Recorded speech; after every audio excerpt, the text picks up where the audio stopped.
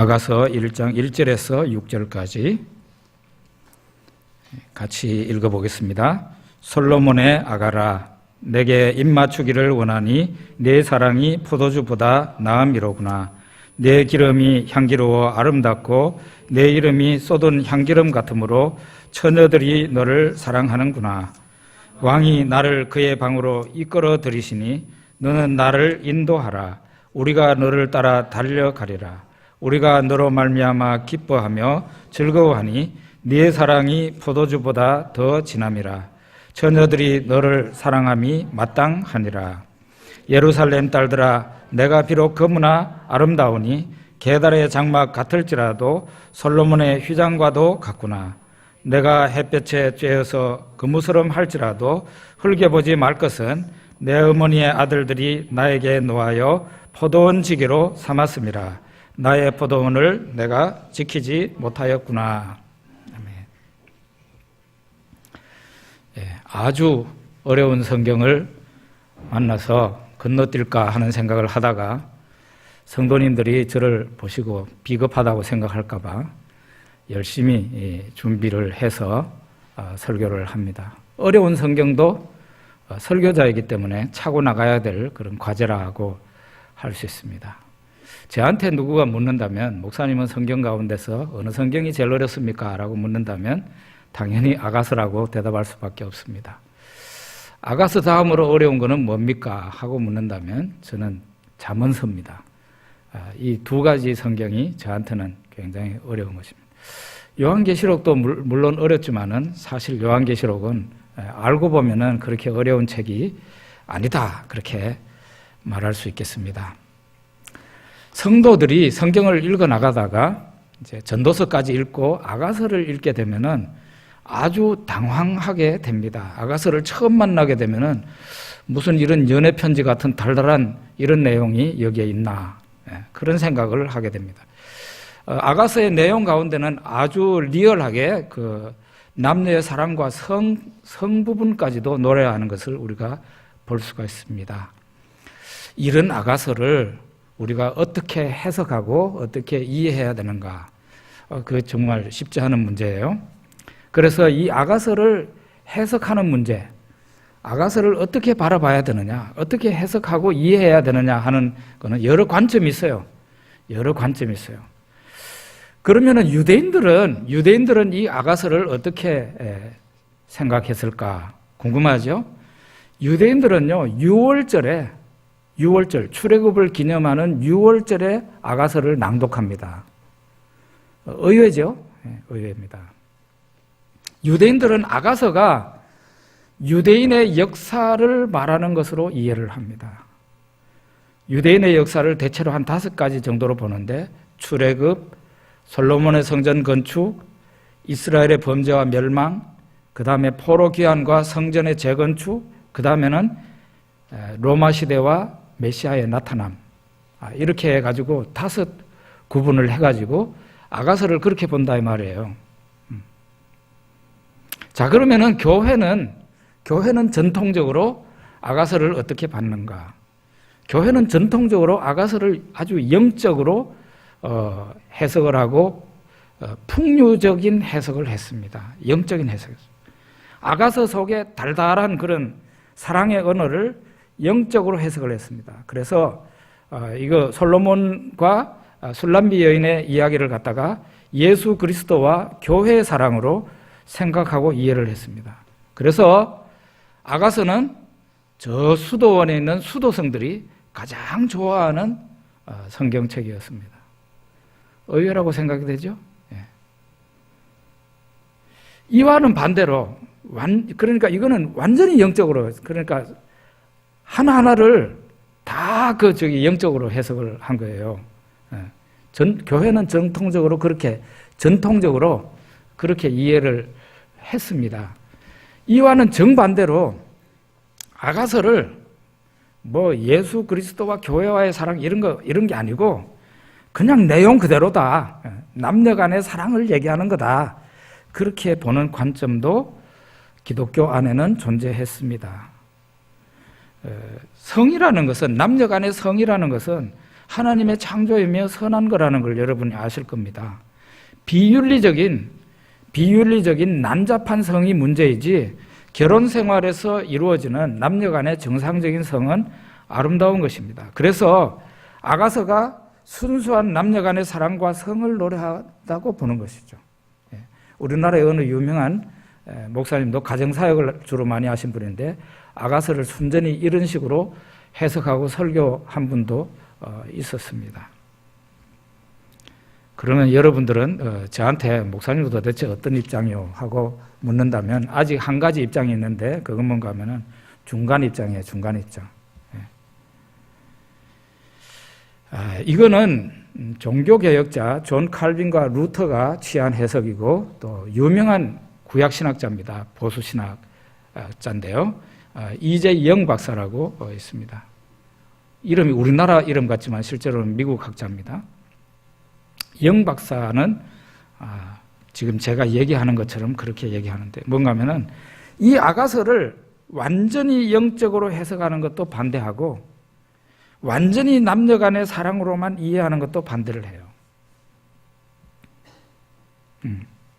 그러니까 이 중간 입장은 뭔가 하면 아가서가 말하는 것은 분명히 남녀 간의 사랑이라는 겁니다. 그렇지만은 그것은 궁극적으로는 예수 그리스도와 교회의 사랑을 말하고 싶어 한다는 것이에요. 저는 그 입장을 취합니다. 그러면은 이 아가서는 전체적으로 몇 구분으로 나눌 수 있는가? 한 5구분 내지 5개 내지 6개의 단락으로 나눠 볼 수 있는데요. 연극이라면은 장면이 한 5번 정도 바뀌는 거예요. 바뀌어요. 여러분들이 지금 현재 우리가 읽은 이 개역 개정판보다 조금 쉽게 이해를 하려면은 현대인의 성경이나 세번역을 보시면은 그 역할이 나와 있어요. 솔로몬이 노래하는 그 구절이 있고 술람미 여인이 노래하는 구절이 있고 그 다음에 예루살렘 여자들이라고 말을 하는 친구들, 여자의 친구들이 노래하는 그 부분이 이렇게 나누어져 있어요. 여러분들이 보시면은 이해가 많이 되실 겁니다. 자, 이제 우리 한번 들어가 보죠. 1장 들어가면서 바로 우리가 읽었던 부분부터 2장 7절까지는 솔로몬과 술람미가 서로 사랑을 고백하는 그런 내용이 나와 있는데 우리가 다 읽을 수는 없어요. 그래서 우리가 읽어보건데 1장 2절에서 3절까지 한번 읽어봅시다. 내게 입 맞추기를 원하니 네 사랑이 포도주보다 나음이로구나. 네 기름이 향기로워 아름답고 내 이름이 쏟는 향기름 같으므로 처녀들이 너를 사랑하는구나. 이 내용으로 볼 때 누구가 누구한테 고백하는 것 같습니까? 너라고 말을 하니까 설마 술람미가 솔로몬 왕에게 너라고 했겠냐 하는 생각이 들죠. 그런데 술람미 여인이 솔로몬을 향해서 고백하는 내용입니다. 여러분 아시다시피 우리말에는 너라고 이렇게 높은 사람한테 너라고 그러면은 빰 맞죠. 그런데 세계 많은 언어가 영어도 유가 있고요. 중국에는 니라 그래요. 여기에 존칭이라는 게 없어요. 여기에서 우리말로 번역을 할 때는 분명히 존칭을 넣어서 번역을 해야 되는데 그렇게 하지 않은 겁니다. 당신이라고 하면 차라리 나았을 텐데, 그죠?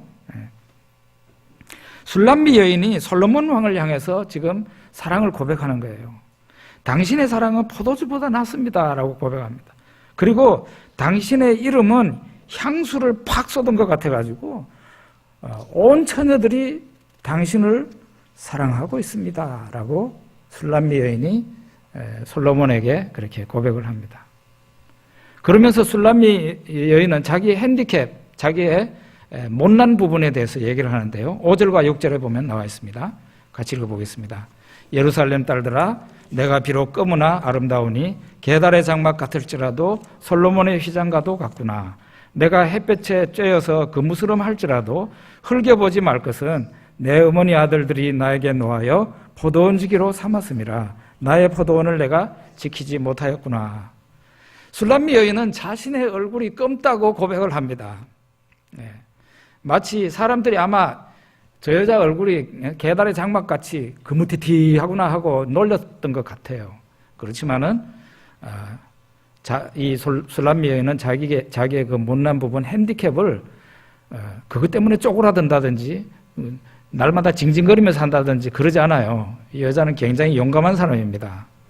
자기는 비록 끔찍만 아름답다는 거예요. 이 자기 자신에 대한 긍정적인 자아상을 갖고 있는 여자입니다. 내가 햇볕에 쬐어서 끄무스름할지라도 흙에 보지 마라, 그런 얘기를 하고 있습니다. 그러면서 왜 얼굴이 검게 됐느냐 그 얘기를 하는데요. 자기 오빠들이 자기한테 너 포도원에 가서 일을 해 하고 자기한테 화를 내면서 얘기를 하니까 할 수 없이 포도원에 가가지고 일을 하다가 보니까 자기 얼굴이 새카맣게 그렇게 탔다는 겁니다. 그러니까 나를 보고 흙에 보지 말라는 거예요. 그래도 나는 아름답다고 얘기를 합니다. 긍정적인 자아상을 가지고. 그러니까 이 사람이 대담하게 솔로몬 왕에게 사랑을 고백하며 대시하고 있는 겁니다. 예? 날마다 나 못생겨서 하고 눈물 징징 흘리고 징징 짜는 사람이라면 감히 솔로몬 왕에게 대시하겠어요? 예. 나는 끔찍만 아름답다는 거예요. 예. 우리 역시 어떤 면에서는 못난 핸디캡이 있고 다 부족한 부분이 다 있습니다. 얼굴도 그렇고 우리의 몸매도 그렇고 우리가 가지고 있는 마음도 그렇고 믿음도 그렇고 우리가 못난 부분들이 분명히 존재합니다. 그렇지만 그것 때문에 쪼그라들면 그때는 인생에 그것이 플러스가 되는 게 아니라 마이너스가 돼요. 나는 이렇게 못났어 흑흑 끓이고 산다면은 그 사람 인생은 망하게 되는 거죠. 그리고 계속 쪼그라드는 거예요. 그럴 게 아니라 긍정적인 자세. 내가 얼굴은 끄무티티하지만 실제로 자세히 보면 내가 굉장히 예쁘다 하고 말했던 그 술람미 여인 같은 그런 용감함과 대담함이 정말 자기 자신에게 긍정적인 자아상을 갖는 그런 그리스도인이 되어야 된다는 겁니다. 근데 사실은 술람미 여인은 얼굴이 검다고 그랬지만은 우리는 어떤 사람들이에요? 우리는 마음이 검은 사람들이죠. 그렇지만 술람미 여인이 얼굴이 검지만은 솔로몬 왕에게 용감하게 대시하고 나는 당신을 사랑합니다.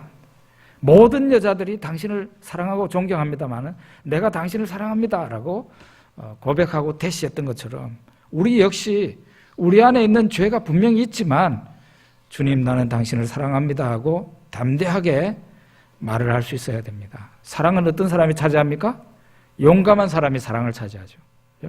용감한 사람이 마음속에만 두고 있는 그런 소극적인 사람에게는 사랑의 기회가 와도 사랑할 수 없습니다. 용감한 사람이 사랑을 차지해요. 이게 신앙도 마찬가지인데 계속 마음속에 집어넣고 있기만 하고 실제로는 나타내지 못하는 사람은 예수님을 제대로 믿을 수가 없어요. 자, 이렇게 내가 이렇게 얼굴이 금스름하지만 나는 솔로몬 왕 당신을 사랑합니다 하고 고백했던 이 술람미 여인에 대해서 솔로몬은 어떤 반응을 보입니까? 9절에서 10절에 보면 나옵니다. 아가서 1장 9절에서 10절 같이 읽어봅시다. 내 사랑아 내가 너를 바로의 병거에 준마에 비하였구나. 네 두 뺨은 따은 머리털로 네 목은 구슬개미로 아름답구나. 예, 밑에 읽고 싶었지만 읽지 않았어요. 왜냐하면은 하도 그 육체적인 묘사와 이런 게 있어가지고 이 시간 이상하게 설교가 될까봐 생략했습니다. 여러분들 나중에 읽어보십시오. 솔로몬 왕은 술람미 여인을 어떻게 칭찬합니까? 당신은 애굽 바로가 타는 병거의 준마라는 겁니다. 그 말. 원래 솔로몬 시대에 애굽의 말들이 다 명마들이었어요. 그래서 솔로몬은 많은 돈을 주고 애굽에서 말을 사가지고 왔습니다. 애굽의 말들은 다 명마들인데 애굽의 왕이 타는 말은 어땠겠냐 이거예요. 명마 중에 명마죠. 이 술람미 여인을 솔로몬이 그렇게 칭찬을 합니다. 너는 애굽 왕 바로가 타는 그 병거를 끌고 있는 그 준마하고 같다는 거예요. 굉장히 놀라운 칭찬을 합니다. 최고의 칭찬이에요. 술람미 여인에게는 핸디캡이 있었지만은 그럼에도 불구하고 긍정적으로 자기 자신의 긍정적인 자아상을 갖고 솔로몬 왕에게 사랑을 고백하고 대시를 하니까 솔로몬 왕이 내쳐던진 게 아니라 당신은 술람미 여인 당신은 애굽 바로가 타는 병거를 끄는 그 말과 같다. 대단히 최고의 찬사를 그 여자에게 합니다. 예수님 역시 우리한테 그렇게 합니다. 우리는 예수님 앞에 우리 자신의 못난 것을 고백합니다. 죄됨을 고백합니다. 나 같은 사람을 과연 예수님께서 사랑하실까라는 그런 생각까지 해가면서 예수님, 내가 예수님께 나왔습니다. 나를 받아주세요.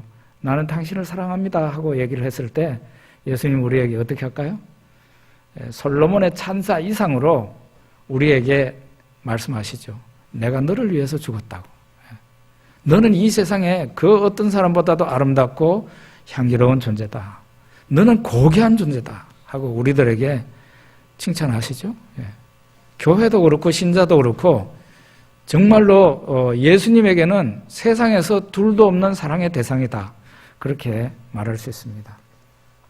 이렇게 둘은 사랑을 고백하면서 서로를 그리워합니다. 만나지 못할 때는 만나고 싶어 하고 그리워합니다. 이제 2장으로 넘어가서요.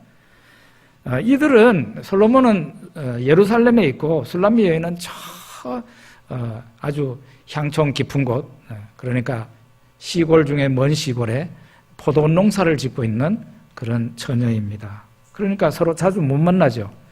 어쩌다가 한 번씩 1년에 한두 차례 만날까 말까 하는 그런 그렇게 잘 만나지 못하는 처지입니다. 그런데 어느 날 솔로몬이 술람미가 사는 그 시골에 옵니다. 아가서 2장 8절과 9절을 봅시다. 같이 읽어봅시다. 내 사랑하는 자의 목소리로구나. 보라, 그가 산에서 달리고 작은 산을 빨리 넘어오는구나. 내 사랑하는 자는 노루와도 같고 어린 사슴과도 같아서 우리 벽 뒤에 서서 창으로 들여다보며 창살 틈으로 엿보는구나. 이게 술람미 여인이 솔로몬을 보고 하는 말입니다. 솔로몬이 정말 오랜만에 술람미 여인이 살고 있는 시골로 왔습니다. 그리고 산과 동산을 넘어가지고 와가지고 이제 술람미가 살고 있는 집에 창문으로 이렇게 방을 들여다보는 거기까지 얘기를 하고 있는 것입니다. 이 둘은 서로 사랑하지만 어떤 상황이에요? 지리적인 원인으로 인해서 자주 못 만나는 사이입니다. 그러니까 얼마나 서로 기다리고 서로 만나기를 사모하겠습니까? 이제 그 다음에 또 무슨 이유인지는 몰라도 또 이 두 사람은 잠깐 만났다가 또 헤어지게 돼요. 또 떨어지게 돼요. 아가서 3장 1절과 2절을 봅시다. 내가 밤에 침상에서 마음으로 사랑하는 자를 찾았노라. 찾아도 찾아내지 못하였노라. 이에 내가 일어나서 성안을 돌아다니며 마음에 사랑하는 자를 거리에서나 큰 길에서나 찾으리라 하고 찾으나 만나지 못하였구나. 술람미는 사랑하는 그 남자를 자꾸 만나고 싶습니다. 그런데 만날 수가 없는 거예요. 그래서 자다가 일어나가지고 침상에서 일어나가지고 거리에 나가가지고 신랑을 찾아 헤맨다고 하는 그런 이야기입니다. 이거는 마치 우리가 예수님을 처음 믿을 때 초신자 시절과 참 비슷합니다. 예수님과 좀 더 시간을 많이 보내고 싶은데 그러지를 못하는 겁니다. 내 마음은 뜨거운데 내 몸이 잘 안 따라주는 경우도 많이 있는 것이죠. 직장 때문에 혹은 여러 가지 이유 때문에 난 좀 예수님과 더 많은 시간 보내고 싶은데 왠지 예수님에게 이유가 있는 건 아니죠. 내한테 주로 이유가 있는 것이죠. 그래서 예수님과 자주 못 만나고 자주 만나기를 사모하는 그런 마음이 제대로 안 채워지는 그런 아쉬움이 우리들에게는 늘 있다는 것이에요. 여러분들에게도 있었을 거고 저한테도 있었습니다. 근데 이렇게 해서 서로 사랑하다가 둘은 이제 드디어 결혼을 하게 됩니다. 3장 6절에서 8절까지 그리고 11절까지를 한번 읽어봅시다. 거기는 결혼식에 대한 얘기거든요. 같이 읽어봅시다. 몰약과 유향과 상인의 여러 가지 향품으로 향내를 풍기며 연기 기둥처럼 거친 들에서 오는 자가 누구인가? 볼지어다 솔로몬의 가마라. 이스라엘 용사 중 60명이 둘러쌌는데 다 칼을 잡고 싸움에 익숙한 사람들이라. 밤에 두려움으로 말미암아 각기 허리에 칼을 찾느니라. 시온의 딸들아 나와서 솔로몬 왕을 보라. 혼인날 마음이 기쁠 때에 그의 어머니가 씌운 왕관이 그 머리에 있구나. 이렇게 신랑이 솔로몬이 오는데 막 60명의 그 군사하고 같이 오는 거예요. 밤에 오니까 혼자서 오면은 위험하잖아요. 그러니까 이 아주 전쟁을 잘하는 대단한 용사들 60명과 함께 말을 타고 오는데 여기에 연기 기둥같이 보인다는 얘기는 시골길이 포장되지 않은 길을 차가 달리거나 말이 달리면은 연기가 푹게 일어나죠. 바로 그 광경을 지금 얘기하고 있는 겁니다. 그런데 솔로몬은 왕관을 썼어요. 여기 보면 왕관을 쓰고 있는데 그 왕관을 누구가 씌워줬느냐? 어머니가 씌워줬습니다. 너 결혼식 잘하고 오느라 하고 전날 왕관을 씌워줬다 그랬어요. 솔로몬의 몸에는 온갖 향내나는 그 향품으로 가득 채워져 있어요. 그래가지고 막 그냥 향수 냄새가 진동을 합니다. 그런 상태로 이 솔로몬이 이제 자기 신부를 만나러 오는 것입니다. 그리고 솔로몬이 신부 술람미에게 고백을 합니다. 그게 바로 4장에 나왔는데요. 4장 1절에서 3절까지 보겠습니다. 내 사랑 너는 어여쁘고 어여쁘다. 너울 속에 있는 내 눈이 비둘기 같고 내 머리털은 길앗산 기슭에 누운 염소떼 같구나. 내 이는 목욕장에서 나온 털 깎인 암양 곧 새끼 없는 것은 하나도 없이 각각 쌍태를 낳은 양 같구나. 내 입술은 홍색실을 갖고 내 입은 어여쁘고 너울 속에 내 뺨은 석류 한쪽 같구나. 뭐 그 밑으로 내려가면은 얼굴이 뜨끈뜨끈할 정도로 아주 묘사가 나옵니다. 솔로몬이 이 자기 신부 술람미에게 사랑을 고백하는 대목입니다. 너는 너무 아름답다는 거예요. 신체 구석구석을 다 얘기를 해요. 머리털부터 발끝에 있는 데까지 다 너무 아름답다는 것을 얘기하고 있습니다.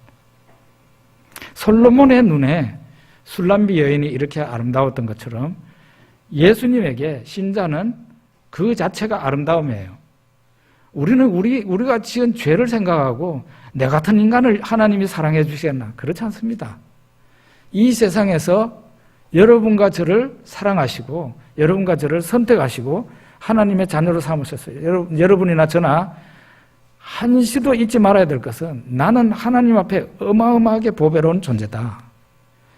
하나님에게는 하나님을 믿는 신자, 그 사람보다 더 사랑스러운 존재는 이 세상에 없는 거다.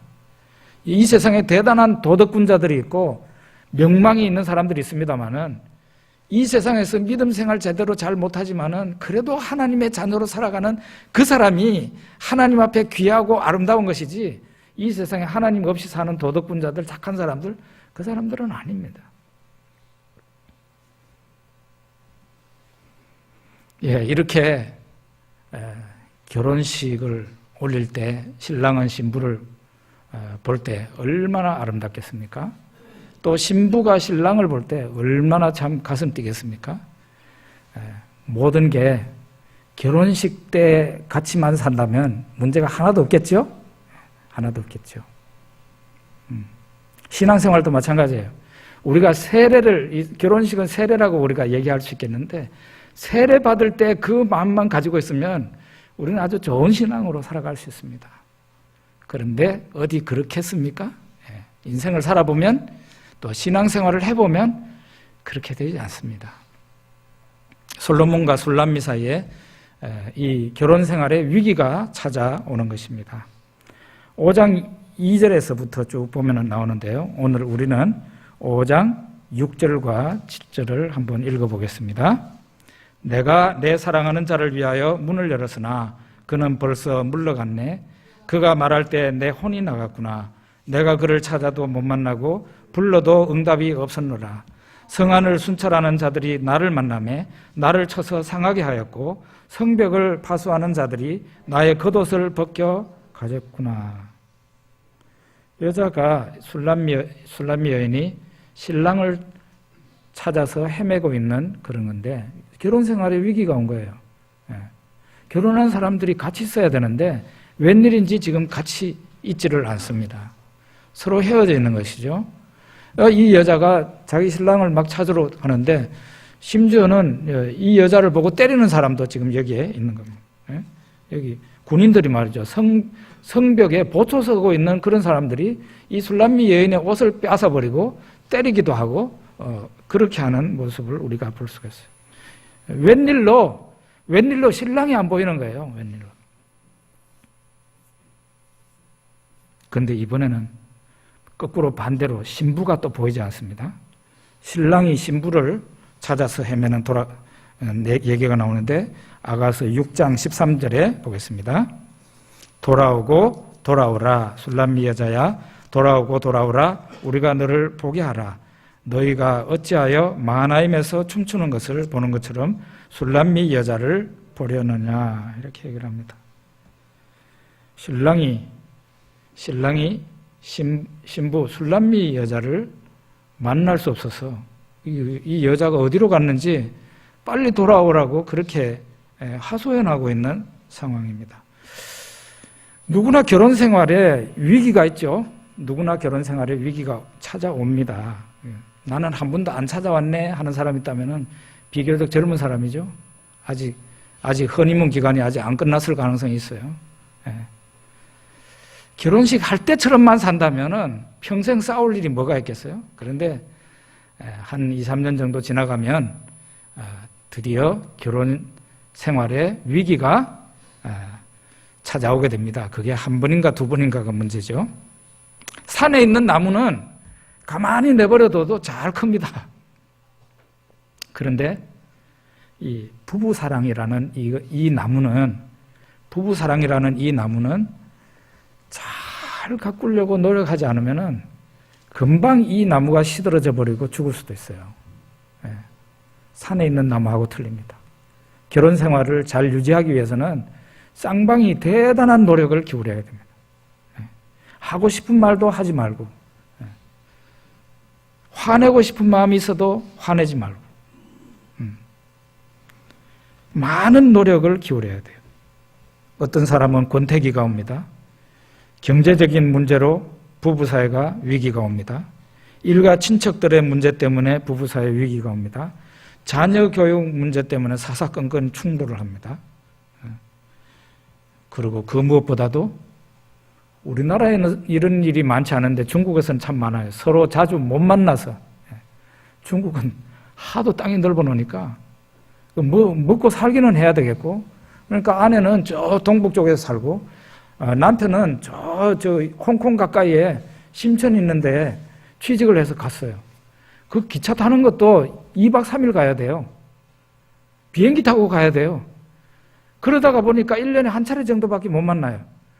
그러면 어떻게 되겠습니까?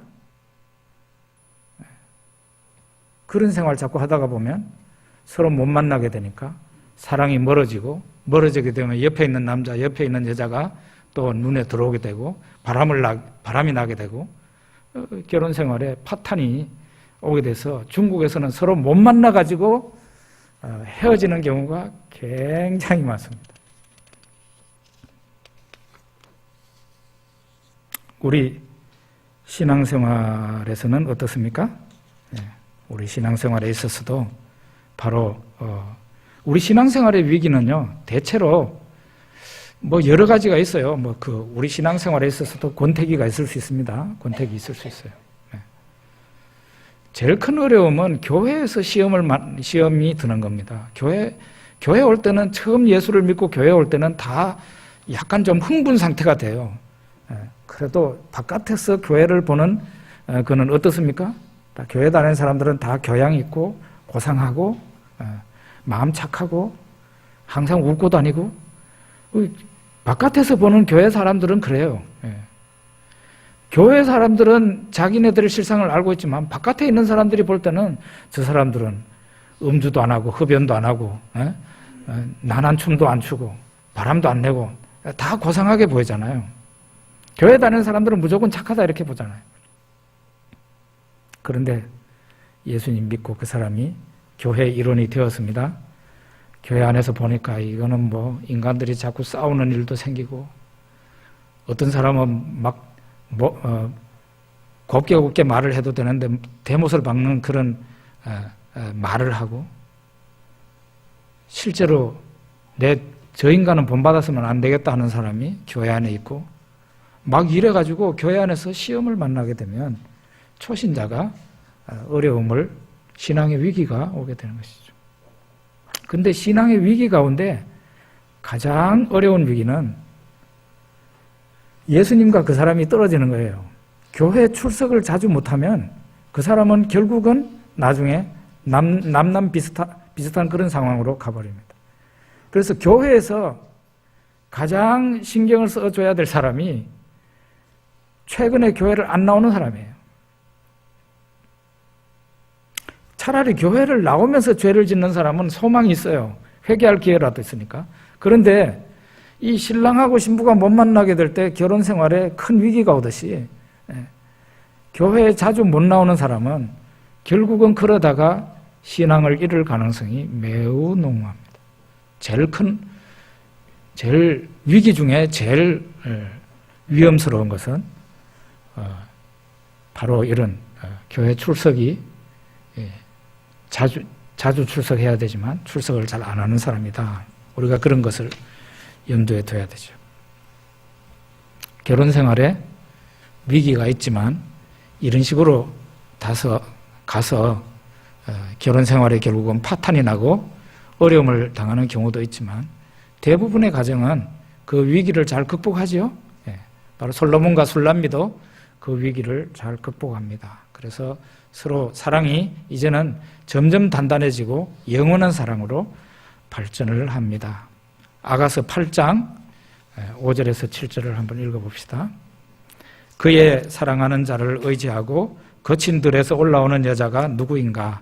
너로 말미암아 네 어머니가 고생한 곳, 너를 낳은 자가 애쓴 그곳 사과나무 아래에서 내가 너를 깨웠노라. 너는 나를 도장같이 마음에 품고 도장같이 팔에 두라. 사랑은 죽음같이 강하고 질투는 스올같이 잔인하며 불길같이 일어나니 그 기세가 여호와의 불과 같으니라. 많은 물도 이 사랑을 끄지 못하겠고 홍수라도 삼키지 못하나니 사람이 그의 온 가산을 다 주고 사랑과 바꾸려 할지라도 오히려 멸시를 받으리라. 그의 사랑하는 자를 의지하고 거친 들에서 올라오는 여자가 누구인가? 이거는요, 친구들, 예루살렘 여자들, 제3자가 이 솔로몬과 술람미를 바라보는 사람들이 말을 하는 부분이에요. 그의 사랑하는 자를 의지하고 거친 들에서 올라오는 여자가 누구인가? 사람들이 어떤 여자를 보는데 거친 들에서 올라오고 있습니다. 아주 이 술람미가 바로 그 사람인데 술람미가 거친 들에서 올라오는데 그 모습이 여전사 같은 거예요. 여전사. 기품이 대단한 겁니다. 그런데 그 여전사 같은 그 옆에 누구가 있는가 하면 술람미가 사랑하는 남자가 같이 있습니다. 그의 사랑하는 자를 의지하고 이렇게 나왔잖아요. 여전사, 저 거친 들에서 한 여자가 올라오는데 그 기품이 대단해요. 여전사 같아요. 막 싸움, 대단한 대전쟁을 치르고 난 뒤에 승리한 자의 모습이에요. 그런데 그 여자 옆에 그 사람이 사랑하는 남자가 있는 것입니다. 그 남자가 술람미를 향해서 또 고백을 합니다. 너로 말미암아 네 어머니가 고생한 곳, 너를 낳은 자가 애쓴 그곳 사과나무 아래에서 내가 너를 깨웠노라. 이렇게 이거는 신랑이 말하는 부분입니다. 신랑은 술람미 여인을 처음 만난 곳 시골 사과나무 아래를 생각하고 여자한테 고백을 합니다. 처음 그 여자를 만났을 때를 얘기를 하고 그때를 회상하는 것이죠. 이게 항상 사랑이라는 게 다시 일어나려면은 옛날 처음 만났을 때를 생각을 해야 돼요. 신앙생활도 허물허물해가지고 있을 때 내가 예수님을 처음 만났을 때 어땠는가 생각할 필요가 있어요. 부부 사이에 위기가 왔을 때 처음 만나서 사랑했을 때를 생각하면 웬만한 서운한 것은 다 지나가고 사랑이 다시 회복이 될 수 있죠. 그리고 이제 신랑의 고백을 들은 이 신부 술람미가 신랑한테 말을 하는 부분인데요. 당신은 도장같이 나를 당신 품에 품으십시오.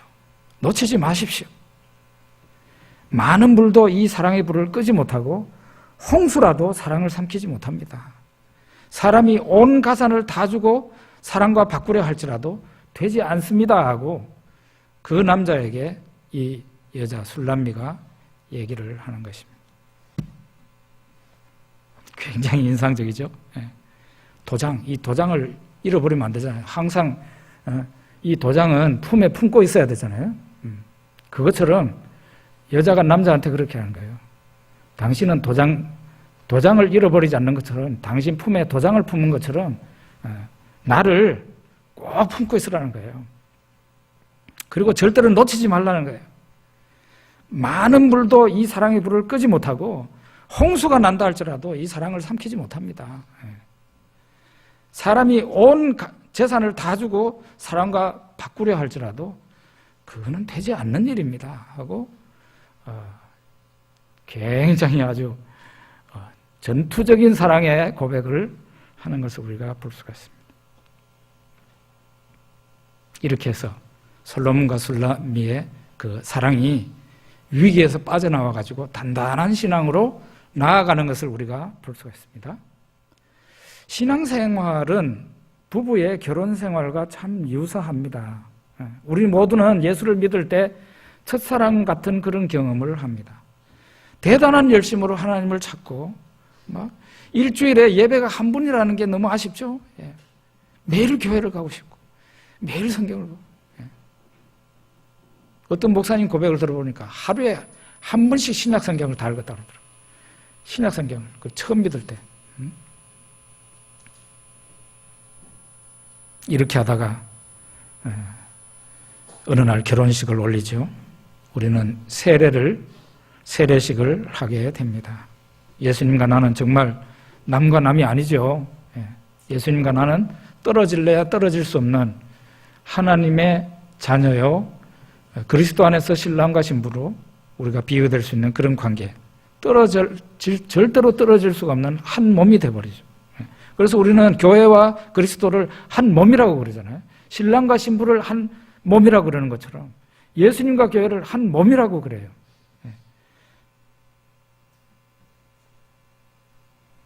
그렇지만은 결혼 생활에 위기가 있듯이 신앙 생활에 있어서도 위기가 있습니다.